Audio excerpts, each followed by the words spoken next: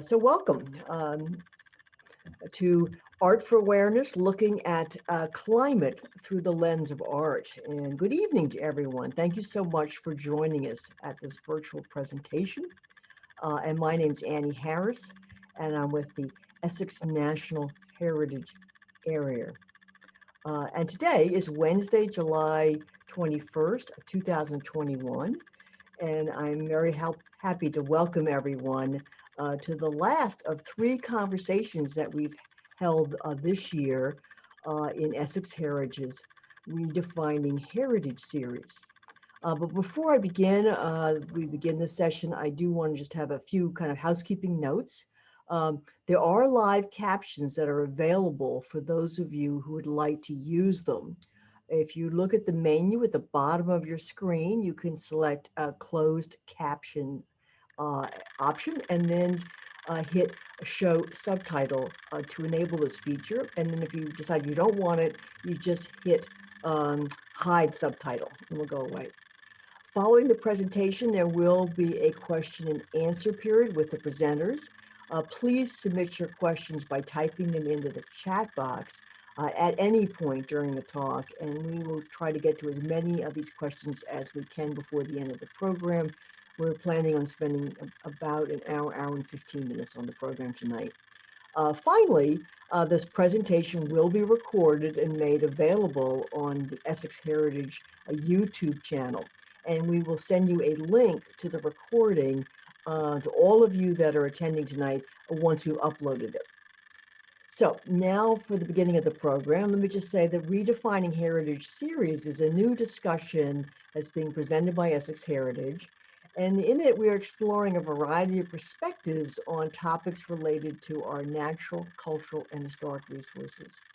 We are focused on aspects within the National Heritage Area that are often overlooked or considered unchanging. And the purpose of this series is to help us think about how we can be more actively involved in the areas of heritage, such as conservation, arts advocacy, expanded historic awareness, and other themes that are relevant to becoming more engaged and more inclusive. Because in fact, much of our heritage is changing, is not immutable, it does change. And all of us need to recognize that and hopefully be involved in a variety of ways. So this year's series has focused particularly on the interaction we have with our environment and what we can learn from a deeper connection to the natural world. Our first presentation was on May 19th, and it was titled Garbage to Gardens. And our second presentation was Interwoven Interactions, which really looked at some of the philosophies and opinions of the indigenous people. And that took place on June 16th. And both of these programs are available and can be watched on the Essex Heritage YouTube channel. So tonight's program, again, is Art for Awareness, looking at climate change and how artists and scientists can help us look at it. Our discussion is with two educators who are also artists. They are both professors. We have Professor Stephen Young and Professor Thomas Starr with us tonight. And both of these artists have used the Great Marsh and the impact of climate change on this important marsh as the focus of some of their work. The Great Marsh is the largest saltwater marsh in New England. It measures over 25,000 acres and is an area of great ecological importance. It stretches from Cape Ann, Gloucester, to the New Hampshire border, and is a very important resource in our region, in our National Heritage Area. The Great Marsh encompasses barrier beaches, dunes, salt marsh, maritime scrub forests, and estuaries of shallow water. Over 300 species of birds have been recorded in this area. It is also very important for migratory birds, a resting area and a feeding ground for them. And its intertidal waters are an important nursery area for small fish and invertebrates. The wetlands and barrier beaches also provide a very important protection to our historic communities. They protect them from some of the ocean surge and now with some of the sea level rise that we're seeing. The Great Marsh, of course, is also a very beautiful area, and for many centuries, artists have taken inspiration from its natural beauty and have created visual time capsules in their paintings and photographs. More recently, artists have focused on capturing not just the beauty of the Great Marsh, but also the effects of climate change on it. And they've been doing this through a variety of medium, some of which you will see this evening. These artists have also aimed to use their art as an educational tool, working to raise awareness of the challenges of being imposed on the Great Marsh by mankind and climate change.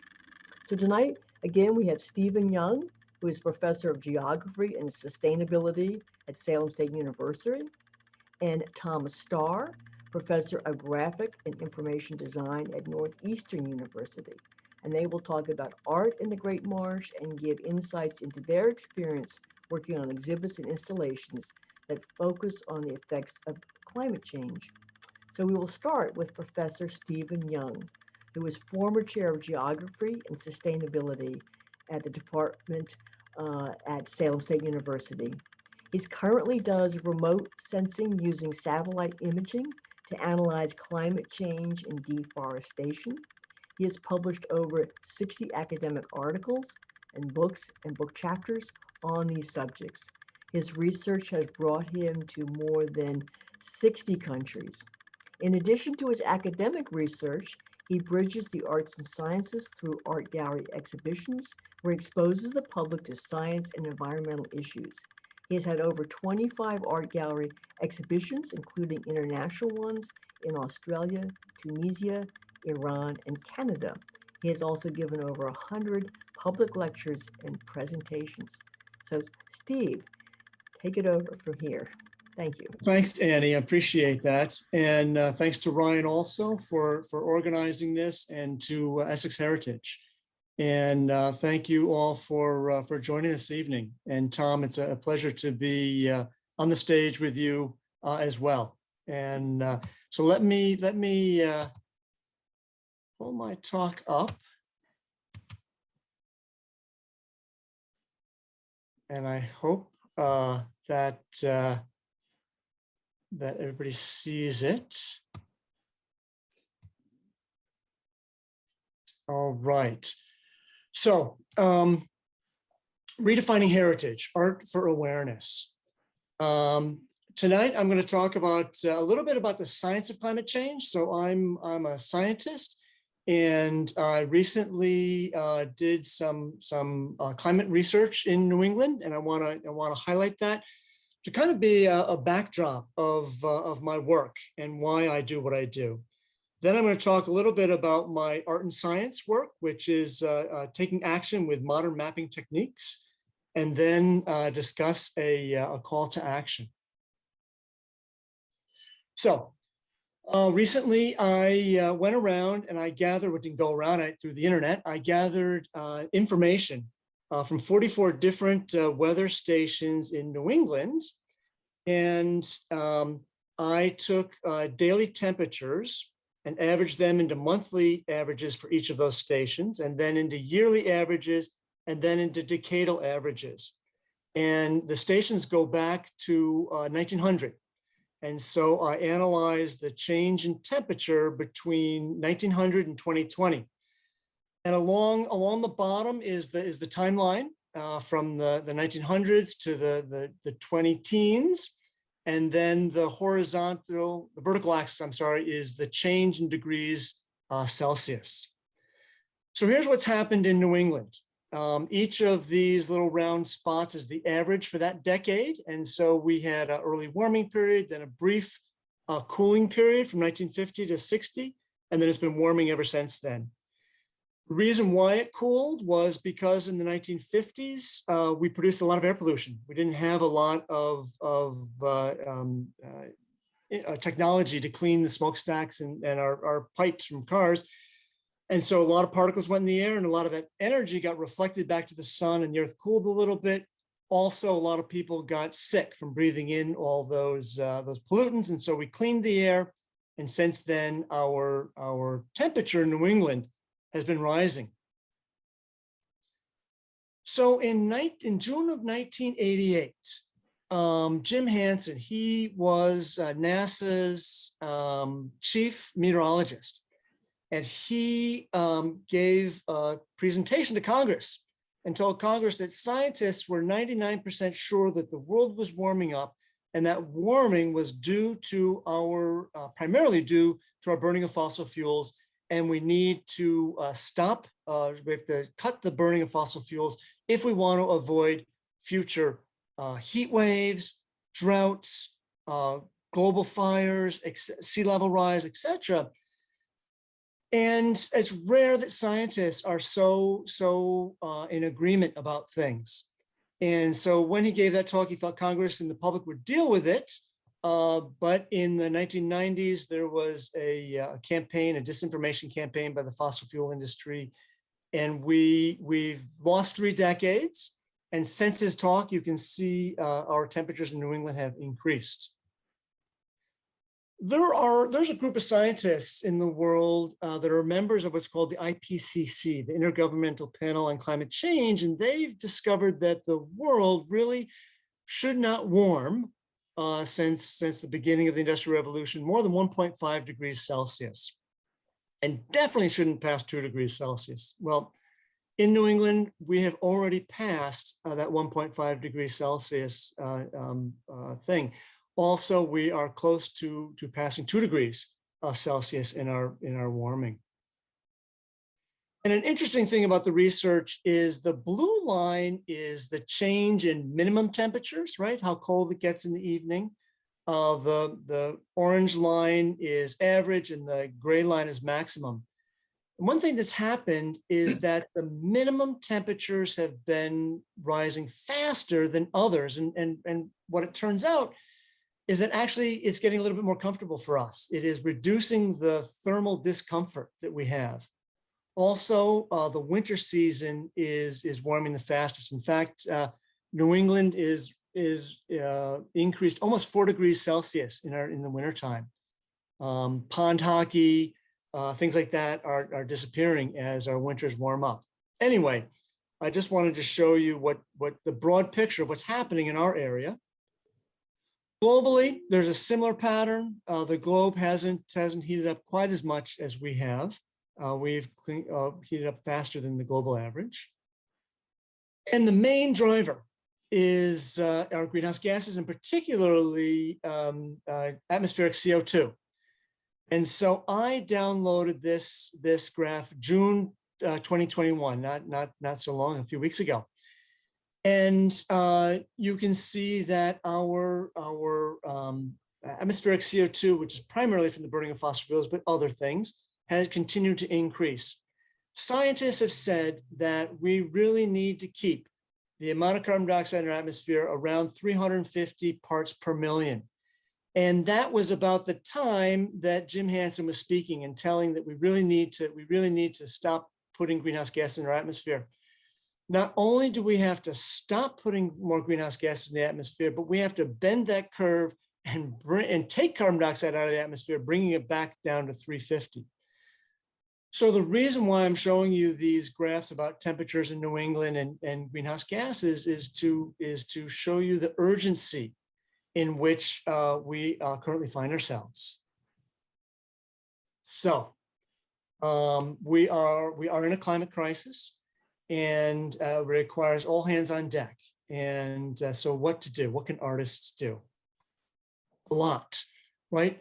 Art can help educate people about our situation. It can remind us of the beauty of what we have, the Great Marsh. It can inspire people about what we can and must do. So a project that I've been involved in, and I'll step back a little bit. So I have, over the years, had some various exhibitions with satellite imagery of different parts of the world. I also have teamed up with a colleague of mine at Salem State, Paul Kelly, a biologist, and we've done a macro-micro, where I have satellite imagery and we have electron microscopic imagery, and we challenge people to try to figure out the difference. I teach satellite imaging, computer mapping. And so with my students, a few years ago, we decided to focus on the North Shore and the Great Marsh in particular, and put together an art and science exhibition that would help show people what's happening and use our mapping skills. And so we had our first exhibition at Essex Greenbelt at the Cox Reservation. And it was there for a few weeks. And we had a day where we gave presentations. And the bottom center and the bottom right are two of my graduate students who did a lot of this work, giving presentations. And so part of my work is to engage graduate students in this kind of research and to engage them with the community and the community with them. So one aspect of the exhibition was pure science in kind of an artistic format. So in cartography has a lot of incredible detail and accuracy. But in order to create that information, we need to present it in a way that is very informative. And so these are large, they're 5 feet by 3 feet poster boards, and they provide information about different things such as sea level rise, urban heat island in Essex County, flood protection, what land we could protect to protect us from floods, resiliency. So different things that we can do in the landscape. And this one I want to show you in particular. This is showing a future sea level rise. Our seas are rising, and they will continue to rise for the next century or more. The amount of greenhouse gases that we put in the atmosphere have guaranteed us future sea level rise. So all the areas that you see here will eventually be covered in water. We just don't know exactly when. But one thing I want you to notice, the yellows indicate just a little bit of sea level rise, and the reds represent much higher levels later in time. And you can see that the Great Marsh is ground zero for sea level rise in Massachusetts. It's going to happen soon, and it's going to happen wide, and it's going to happen in an amazing resource, an amazing salt marsh. One aspect of the exhibition was also we used a drone to just show some of the beauty of the Great Marsh, right? Sometimes we get so wrapped up into terrible things that are going on that we forget about the beauty of our world, and art surely reminds us of that. And so I think that's important. Here is a section called like visualizing future sea level rise. I'm one of my learning disabilities is being dyslexic, and so I kind of shied away from reading and went into imagery. That's why I do satellite imaging, because to me, it's much more powerful visuals. And so I went out with my students, what's called king tides, when the tides are astronomically really high, the moon and the sun line up. And so on the right are these king tides, and on the left are normal tides. And for people to really grasp what's going to happen, I think visualization is important. And so those images on the right are what in the not too distant future, that is going to be high tide, normal high tide. A little bit more in the future, that's going to be normal mid tide. And then in the future, that's going to be normal low tide. And this is the future. Oops.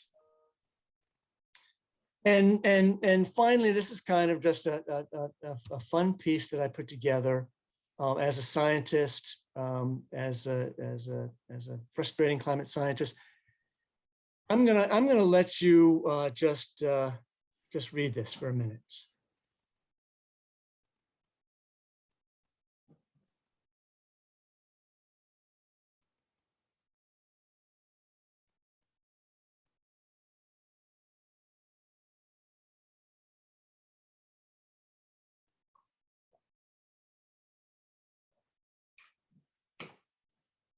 The image on the left is about 100 drone images that were stitched together. and that is in Essex. And it's a natural salt marsh. You can see all the crevices, you can see the movement of the water, you can see the dead material, the detritus. It's very productive. The next one is also about 100 drone images over also in Essex, where in the past they drain the marsh in order to harvest the hay, the salt hay. And then the final one is a single drone image of high tide over a marsh area. And the idea here is that the size of the image is representative of the total productivity for life. And as we take more for ourselves, the total productivity diminishes. And the final image is what's going to happen in the future based on what we're doing in the world today. And so this kind of combines my science and my art. I'm gonna leave you with this slide. This is what I have given a number of talks. Is climate change? It's only just beginning. Really, for thousands of years, we lived in a climate that eventually came back to where it was before. And some decades would be cold, some decades would be warm, but it would come back. We are now on a new trajectory where each decade is getting warmer than the one before it. And we're going to continue with that for a while.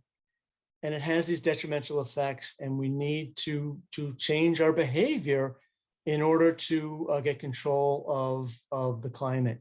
And so this mapping exhibition is a way that the students and I have begun to get the information out to the public and try to engage the public. And I'm excited for more artists. And I know there's a lot of artists out there doing, and when we get in the question and answer period, I've got a list of stuff that's going on. There's a lot going on, and I want to encourage more to happen. And so with that, I am going to stop. And I hope I didn't go way over time. Us professors can talk and talk and talk.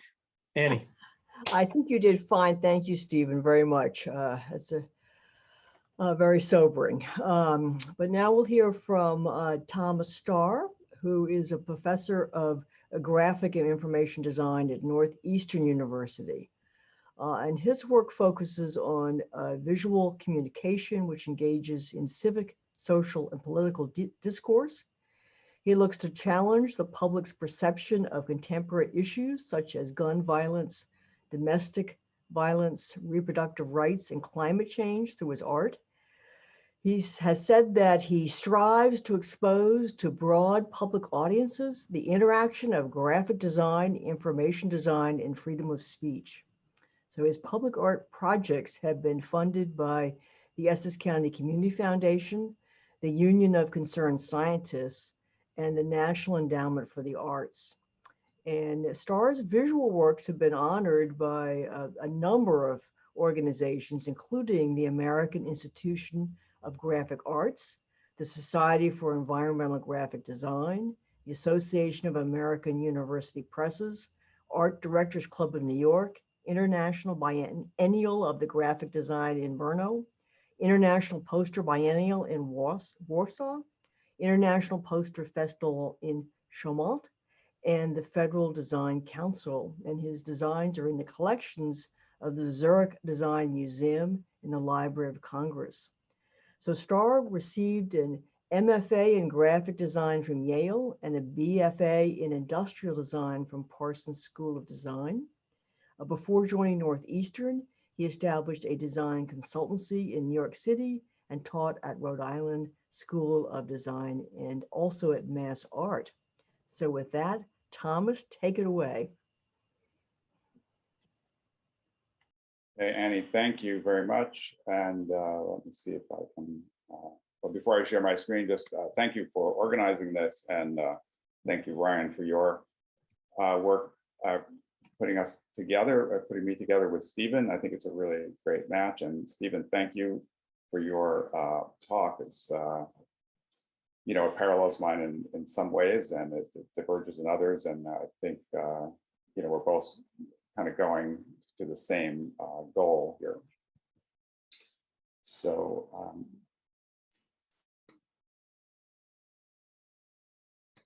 let's take a second or two. Anyway, so I started to think about what my field of graphic design could contribute to the climate change conundrum. And by conundrum, I mean at the time I was thinking about this, why more people aren't more alarmed and doing more about this issue. And I wanted to go back actually to 2006, because in thinking about what graphic design could do about this problem of communicating what climate change means, I remembered that actually how it got on my radar was through a work of the visual arts, a documentary film by a filmmaker named Davis Guggenheim, of a series of lectures. And he actually was able to make lectures really compelling about this topic. And so I thought that that meant that graphic design could also have something to contribute, that perhaps words weren't enough, that it took compelling visuals or visualizations of ideas, and that perhaps would bring more meaning to people than statistics do or what scientists were saying. And but in thinking about how I would approach this, I just wanted to talk for a minute about how other artists and designers have approached this in the past. And part of what people do often, this is a kind of guerrilla installation by Greenpeace, designed by one of their people. But basically, it's a kind of mashup of a new message with a kind of predetermined form that gives it a sense of urgency, right? A kind of danger or warning. And so often these kind of initiatives of public art, and a lot of public art is done on a monumental scale. It's quite large to get attention. And then even this other example by an artist, not a designer, again, is using words, using language, but in a form that gives it a sense of emergency or warning. And in this case, this artist uses, words of a scholar, he's putting into, not words he wrote, but words that he found, which are very compelling, and put them into this kind of roadside, danger warning format. So it's a similar approach of taking mere words and giving them a form that adds to their meaning. So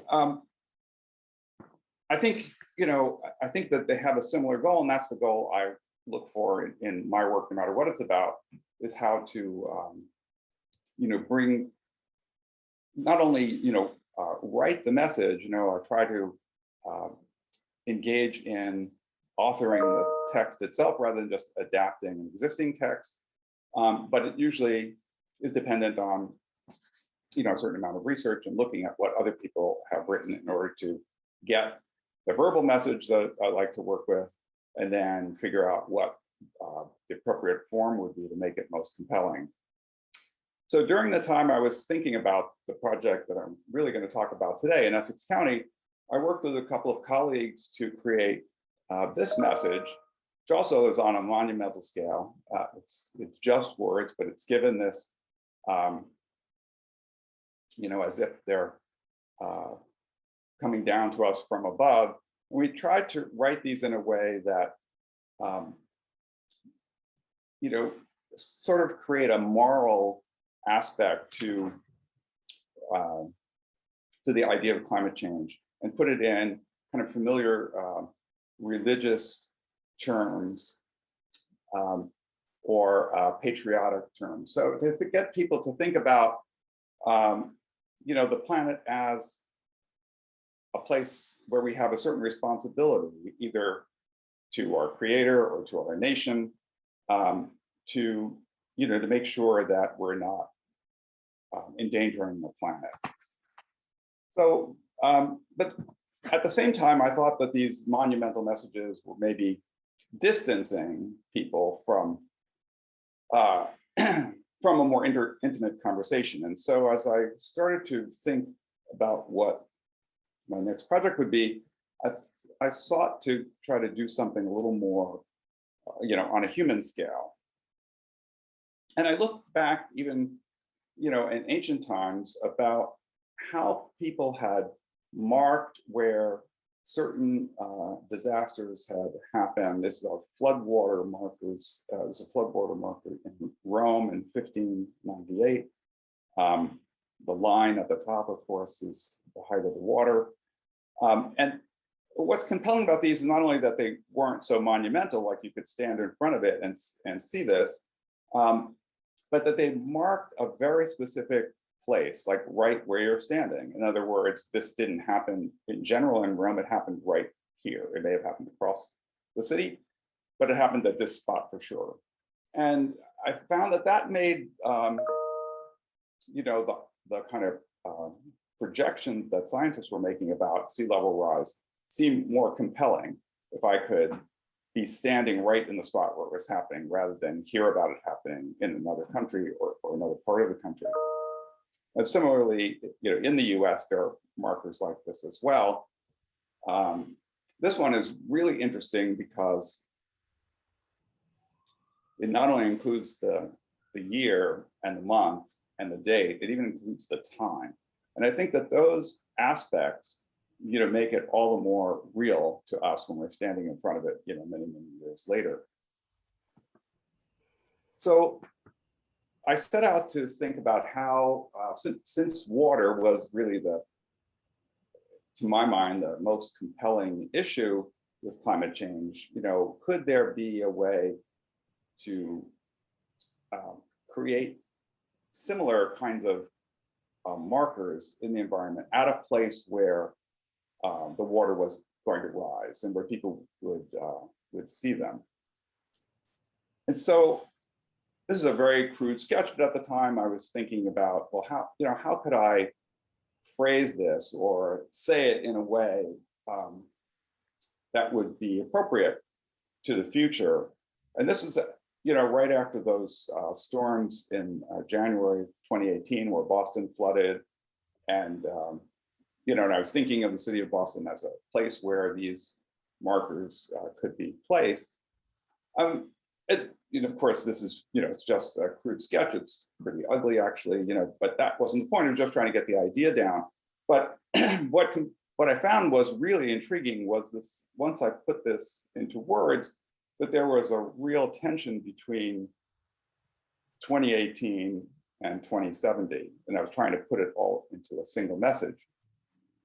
So, so I thought, well, you know, what could I do with that? And that's then began the beginning of the current project, which is called Remembrance of Climate Futures. It began with a pilot program funded by Northeastern University, and in its present form of expansion, it's funded, as Andy mentioned, by the Essex County Community Foundation, their creative community initiative.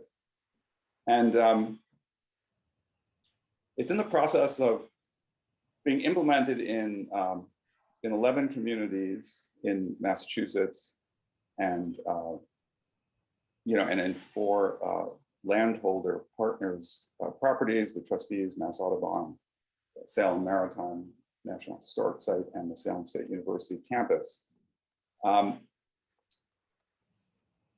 And the 3 towns in white, those are places where the installations have already taken place. All the others are in process. But in those 3 towns, you know, you can actually see what the project is going to look like. And the reason there's a New Hampshire town in there is because if you think of the Great Marsh, it goes right up to the New Hampshire border. And then if you get into New Hampshire, you know, the state line doesn't really define where sea level rise and climate change is going to take place. And so I always thought of this project as a regional one. I was concentrating initially on the towns of the Great Marsh, but then it expanded to more coastal towns in Essex County, and at the same time to the town of Durham in New Hampshire. So what I was surprised to learn was that there's actual, you know, academic area called climate change communication. It's not just communication studies, it's climate change communication. And that's kind of gives you an idea of how difficult it's been to communicate the issues of climate change to the public and to politicians and to leaders, as Stephen was mentioning. And so these two writers, I thought, you know, really put into words what my project needed to do. To not only, you know, create new meaning through my messages, but to create a citizenry that would demand something to be done about climate change.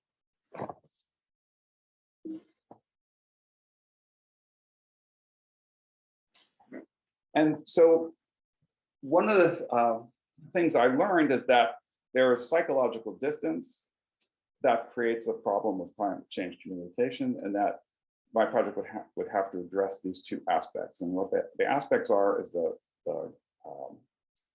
distance in time that, you know, climate change is going to happen way in the future, and in place. So climate change is going to happen somewhere, but maybe it's not going to happen here. So I had already anticipated the place part and the idea that I kind of modeled the project on the idea of marking specific places where something would happen, just as those flood markers did in Rome and in the US.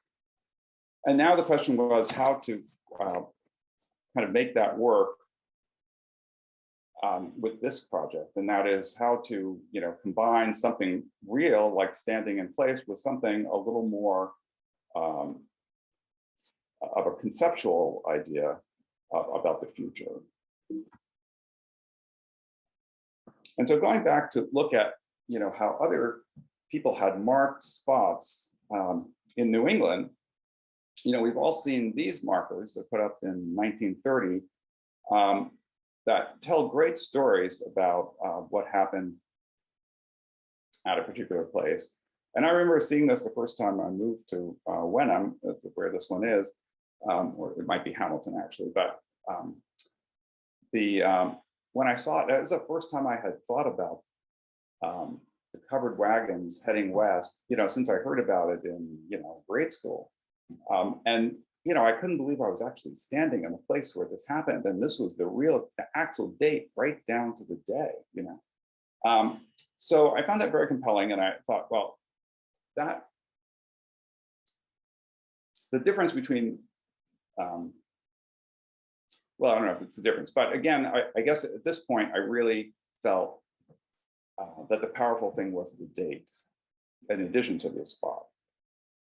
And so I started to think about how I could turn this around and have it not look to the past, but look to the future.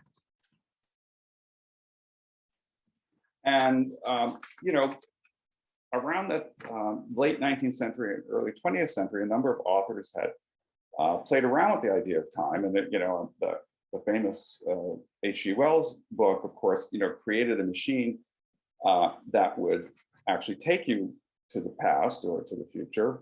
And this is a kind of literary device that has great power and has been repeated many, many times in, you know, in the 20th century. And I guess the most, you know, famous movie is this one, in which the idea is that you have to contemplate whether you should return or, you know, travel to the past and take an action that would affect the future. And, you know, there's a lot of implications to that. And so I tried to imagine a plaque that could be posted, perhaps modeled on the tercentenary Massachusetts plaques of 1930. This one would be a quincentenary of Cambridge in this case, that would mark a spot that was marked in the 22nd century, looking back at a climate event of the 21st century. And so I thought this kind of created a tension between the past and the future, in that when somebody came across it, of course, they would read it and it would seem like they're reading something had happened, first time flood water spread inland to the spot, and then get to the date, but it's not yet happened. So I thought that this would, at least get attention, and people would find it intriguing, I thought. And so I wound up developing a prototype and changed it from a centennial kind of marker to a trail, because I envision these as marking many, many spots in each community and across many communities. And so it's more like the Freedom Trail.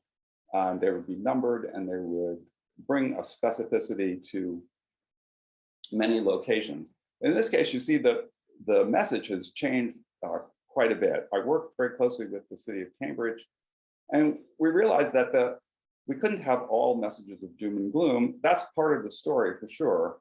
But we wanted to also talk about plans that municipalities had for adaptation. So it's not like local officials are, just standing by and waiting for climate change to come. They're actually, planning to adapt in many ways. And so that's the direction of this particular marker. And so in Cambridge, this led to the inspiration of an exhibition in which we invited some other artists who we found to be also working on climate change. So I wanted to talk a little bit about them, just because there's a lot of different ways to do this. So my projects were in there on the left. But even in this case, the whole floor of the gallery is usually not white. That's white roofing material that an artist has proposed be used instead of black roofing material on flat roofs, and to kind of augment this installation with a series of art contests where grade school children could decorate them, because they come like a canvas. But the main role is that they reflect the heat of the sun. And then on the back wall, there's another text-oriented piece. This happens to be a poem called Earthrise. It's by the poet who then was a Harvard undergraduate. It's Amanda Gorman. And so people are, working with words in many different ways to create a compelling story. And so to fast forward a little bit, the first community in Essex County that adopted the project was the town of Essex. And so this is no longer a prototype. I'm showing you the actual installation. There are 6 plaques mounted in the town of Essex, and and they deal with different issues. So this is a very real issue that the causeway is going to have to be elevated if it's going to stay above water quite considerably by 2057. And I want to say that all this, Essex is a town of the Great Marsh, and all of these messages are taken from data in the Great Marsh Climate Adaptation Plan, which very specifically lays out the scenario of what's going to happen where and when. And so my project is not so much an interpretation. Everything is backed by science, the kind of science that Stephen was talking about. And I'm really just trying to deliver it to the community. So that, Great Great Marsh Adaptation Plan is available on websites. I think I originally found it on the Ipswich River watershed website. And it's available, but people have to seek it out. And so many people don't get this information because, not that many people are, searching the web for that kind of thing. And so the idea of this project is really to bring that, put that in a different form and bring it to people, get it off screens and put it into the street where people can encounter it. And also the idea is that people will encounter it, they're not looking for it. So maybe they'll be taken aback by what they see. And then through the QR code on each plaque, they can actually, get to the data on the Town of Essex website. So I just want to go through these quickly to talk about the different kinds of messages. Both of these, this next one is also about water flow. This is the tidal flow between the sea on one side and the marsh on the other side of the road. But the messages fall into four categories. So they're either describing an adaptation, which both of these are doing, something that the town is going to have to do to accommodate climate change. This is another one, very similar. I don't know if you know Conemaugh Point, but it's a residential area. It's a point that is going to become an island. And it's going to probably need a bridge at some point in order for people to get to their homes.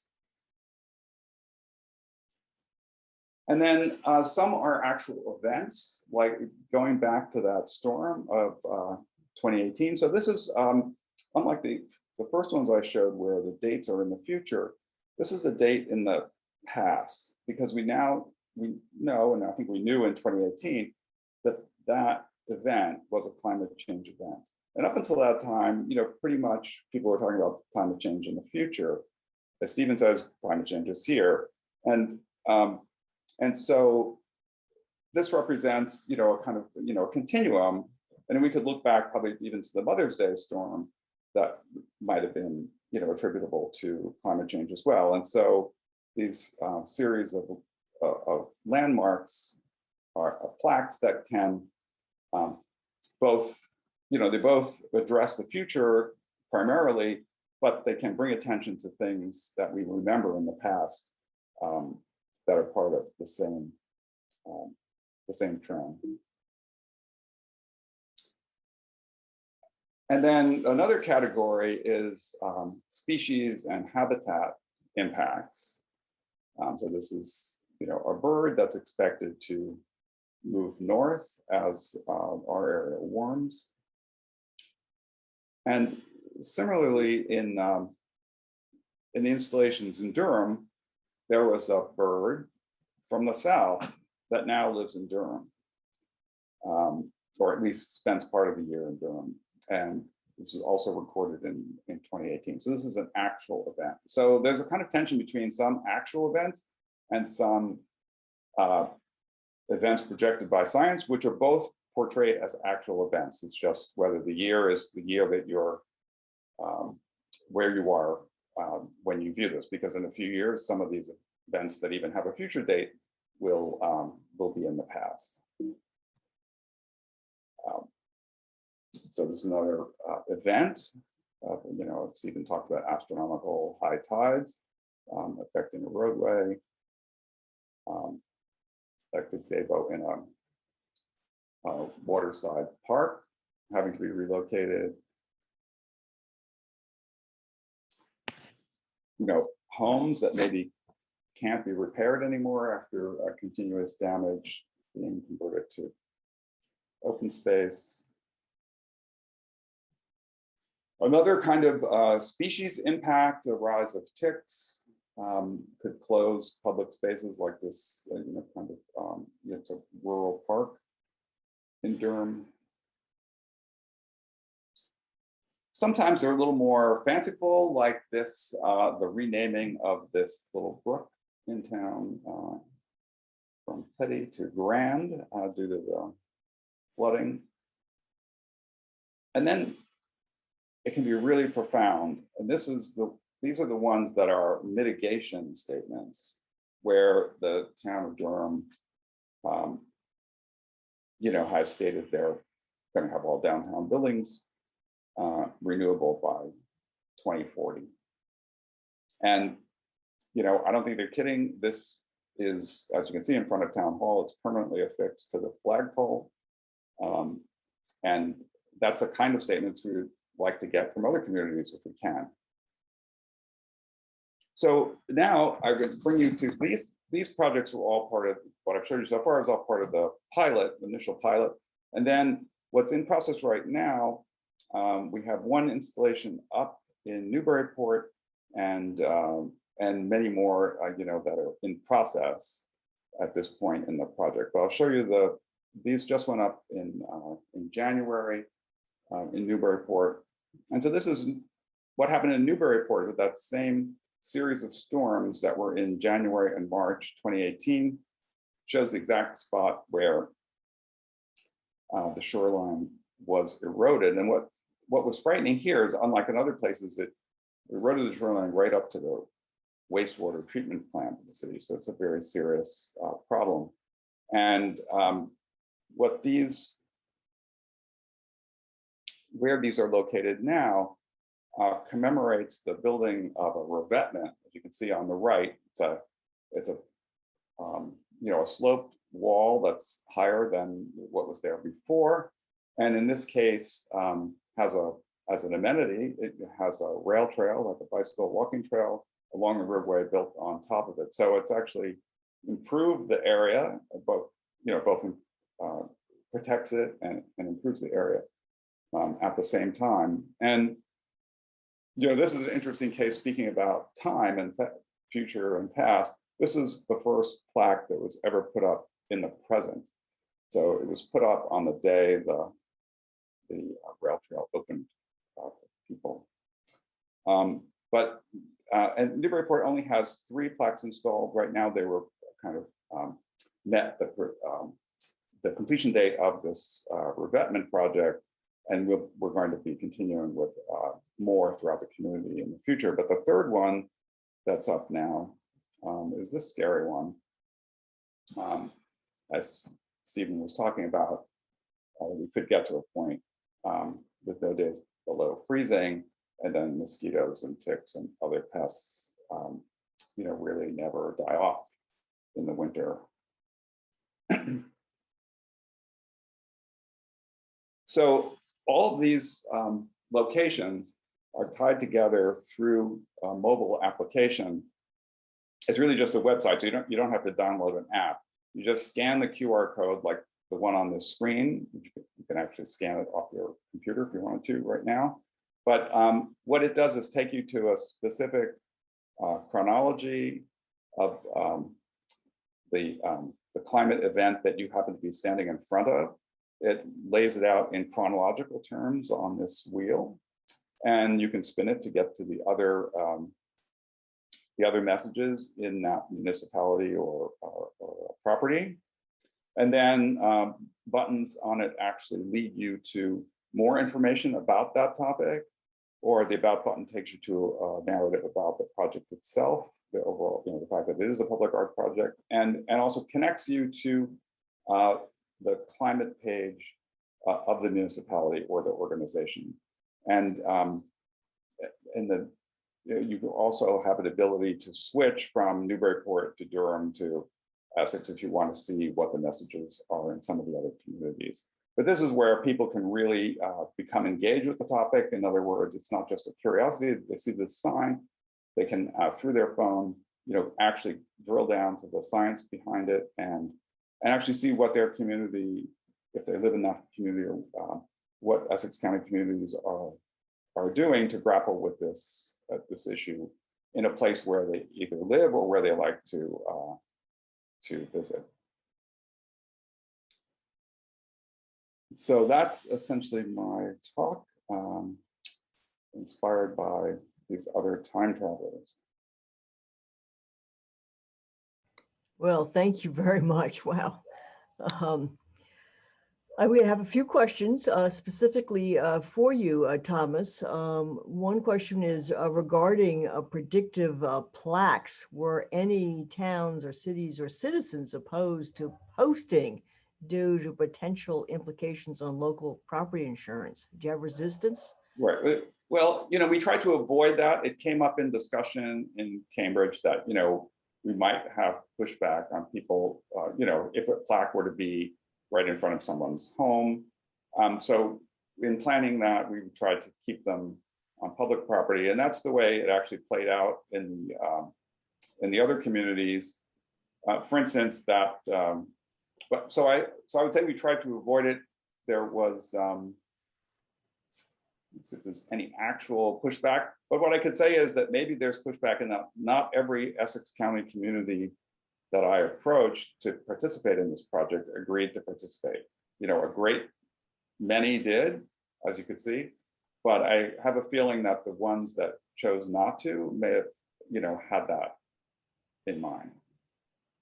So you might have had some community leaders that decided to they didn't want to face the issue, or possibly, yeah. But I think that was one of the reasons why we tried to have so many positive messages about what your town or city is doing to protect you from this issue. And then there's actually another sort of follow-up on that one. From somebody who said they listened to a podcast that stated that none of us living inside these coastal areas will be able to find property insurance soon. Not sure where the data points came from on the podcast, but it was interesting. Yeah. I guess that's just an observation that is going to be one of the problems. Scary thought, I think. That's sure Stephen Yeah. would have something to say about that. Well, I think there's a few other questions. I just want to mention one more thing before I forget, though, and really sort of on the same line. The city of Salem is doing a small conference on climate change on the evening of September 13th and during the day on September 14th. I think it's being hosted by the Peabody Essex Museum. And it's called Keeping History Above Water. And it's really looking at these historic communities and what can be done with buildings, historic buildings, and dealing with climate change for coastal cities. So we'll post more information about that, but just another thing for people that are interested in this topic. I'm curious about, it's a question really for both of you about, why you pick these particular communities. Tom, you said, some people were open and some people weren't, but how did you happen to pick particularly the Great Marsh and the North Shore, and kind of what drove your interest? And I'll start with Tom. Right. Well, I have to say that I started looking in Boston just because I work in Boston, and I thought, well, start there. My meeting with them did not go well, so that's all I can say. Cambridge was, maybe I should have imagined that they were more open to creative things, but that community had, in City Hall Annex, had both the Cambridge Arts Council and the city planner, and they knew each other and worked together. And so it was kind of a perfect way they arranged the meeting together and everything like that. As far as the other communities, I did focus on the Great Marsh. I thought that was a way to have, a limited number of communities, a small enough number that maybe I could get all of them, and that they would have this common interest. And I was really compelled by the data in the Great Marsh adaptation plan that focused on that area. But I do see it as a regional issue, and I'd like to expand it, beyond the area, but we'll see how that would go. How about you, Stephen? So so a lot of my work in the past has been global related, and I've been wanting to work more locally and regionally and get my students involved in the communities. And the Essex Greenbelt, which has a fantastic mapping capability, they invited me to work with them on some projects. And so I came up with the idea of the Art and Science exhibition, and they wanted to be the first host of it. And so they really encouraged me. And since then, I've made contact with Storm Surge in Newburyport and with the trustees and other organizations to get my students and to get the message more locally engaged. Because I think, like Tom says, when it's kind of global, when it's elsewhere, it doesn't have as much of an impact. But when it's local and when you can see on a map that this area is going to go underwater, it has a much stronger impact, I think.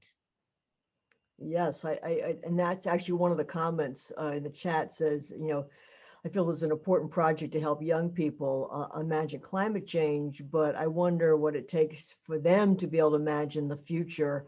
It may seem so far away in the future to them. And I don't know whether, Stephen, have you encountered that with your students where they say, oh, it's just, I don't need to worry about it. No, it's not. It's the absolute opposite. The past few years, so I teach a basic science class called Global Climate Change. And a lot of students now have an ecological anxiety, and it is almost paralyzing them. And so also what Tom showed, which I loved about his things, are some things that we're doing today or adaptations that we're gonna do provides more hope. And so also in the project I did, we also looked at what lands can we and should we protect? What adaptations can we do? I'm also working with the city of Salem right now with living shoreline work. So I think it's critical to students know. A lot of the young people know that the climate's changing, and it is really quite a bit of anxiety. And so that positive message is important as well as the other message. Yeah. And Thomas, are you able to collect individual comments and reactions to these signs? You have built any way to get people's get feedback from people directly? That I don't have a way other than, occasionally, someone calls town hall. It was very rare, actually. And then the town manager, or a town administrator might shoot me an email, but that's been very rare. So it is an interesting idea, but my point is to get them to communicate with the town. So in that case, that's good. But yeah, I haven't gotten direct feedback like that. Any of the town administrators complained that they've gotten complaints and stuff, or just curiosity? There was somebody took issue with the wording on one of the plaques in Essex, and so instead of like researching it more to see, it was just about the specificity of the words, not the actual event, and we just made the words, we rewrote it in a way that got rid of the problem, I would say. So people are paying attention, and it's possible that even though the message was approved by the select board, that it had something to do with stating that it was the first time that something had happened, and I think someone thought it had happened previous to that. So we just didn't include the word first time, and that kind of solved the problem. So, but in a way, you're right. I mean, the more you can get these things in front of people, like with focus groups or things like that, you can perhaps uncover something that even local officials might have overlooked, or have gotten wrong. But it's easily fixed. I mean, I think it's great. You really haven't gotten much pushback, and Stephen says these actually students are really kind of rearing to go on this and very concerned, because there's some pretty radical things that you both have been saying for the general public. Stephen, do you have a comment? Annie, I was wondering if I could just pop up a thing of a list of a couple of art exhibitions that are going to happen in our area. Oh, sure. I just wanted to. Yeah, that's great. And make sure that Ryan has that so we can also put it out with some more information. That's great. And I hope you can see this. I saw that Peter is in the audience, and I hope he doesn't mind that he sends out these informative newsletters. Anyway, I wanted to highlight and let you read. There's a couple of things that are happening in our area. that you can take note about. Great. And these are all, really wonderful institutions that we work with. So I would encourage people, if they haven't gone, to definitely go. But thank you for posting Sure, these. sure. All right, I will. I'll put this down. Okay. I have one comment for both of you. If you're looking to get other students involved, expanding in these great installations, I would love to help at Cohasset Center for Student Coastal Research. This is from Susan Bryant. So just a comment. That'd be great. Start with Stephen. Do you have new projects new project you're planning, or any? So I just met with people at the trustees with some of my graduate students, and we've got a number of drones now that we map with, and so we are going to work on some projects with the trustees. We have some projects and students that are working with the Essex Greenbelt. Also working with Storm Surge on some possible, maybe a presentation exhibition of the work that I showed you tonight. So I am next couple of years going to be very engaged with the Great Marsh North Shore area with my students and educating the public. We'll be sure to get some of that information so we can keep putting it out there. Will do. To this group.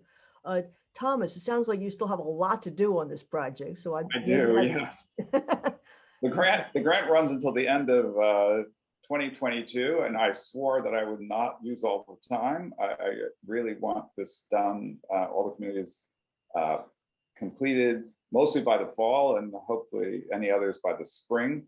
But I feel it's an ongoing project. I'm hoping that other communities that didn't sign on to this grant might, after they see the project unfolding, in the county, want to become involved.